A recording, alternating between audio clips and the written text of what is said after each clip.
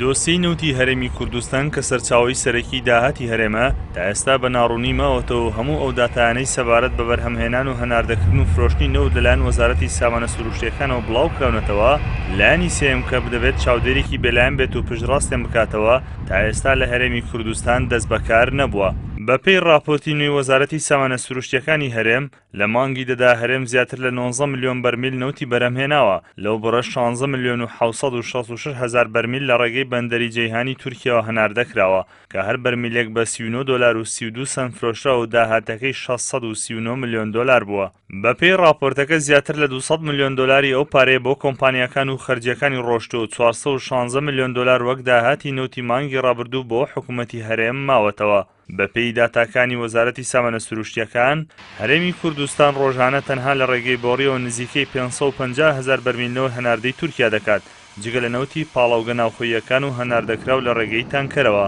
ئەوەی جێگەی سەرنجە وەزارەتی سامانە سروشتیەکان تەنها داهاتی فرۆشتنی نەوت لە ڕێگەی بۆڕیەوە ئاشکرا دەکات و داهاتی ئەو نۆتەی کە بۆ هەردوو پاڵاوگەی کەڵک و بازیانی دەنێرێت و ئەو نۆتەی کە چەندین ساڵە لە ڕێگەی تانکەرەوە هەناردەی دەرەوە دەکرێت دیار نییە. هەر بەپێی داتای سامانە سروشتیەکان ڕۆژانە زیاتر لە 70 هزار بەرمیل نەوت بۆ پاڵاوگە یاسایە ناوخۆییەکان دەنێردرێت کە ڕوون نییە بە چ نرخێک دەفرۆشرێت و داهاتەکەی بۆ کوێ دەچێت. هاوکات سەدان تانکەر لە نەوت و پێکهاتەکانی لە ڕێگەی خاڵە سنووریەکانی باشماخ و پەروێزخان و حاجیۆمەران و ئیبراهیم خەلیلەوە هەناردەی تورکیا و ئێران دەکرێن کە وەزارەتی سامانە سروشتیەکان بە هیچ شێوەیەک باسی داهاتەکەی ناکات کە داهاتەکەی مانگانە 100 ملیۆن دلارە.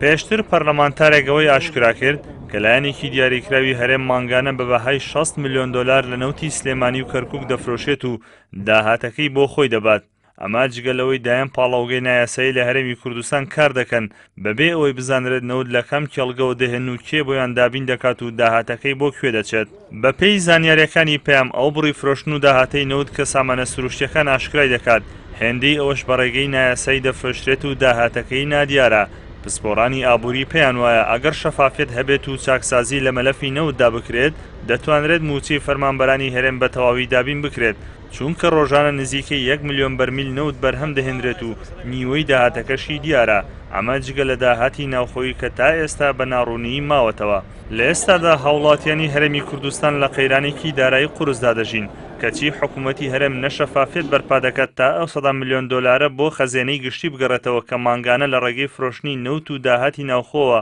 حیزب و بەرپرسەکان بۆ خۆیان دەیبەن، نەنیوەی بەرهەمی نەوتی خۆی ڕادستی بەغدا دەکات تا موچەی فەرمانبەرانی هەرێم دابین بکات.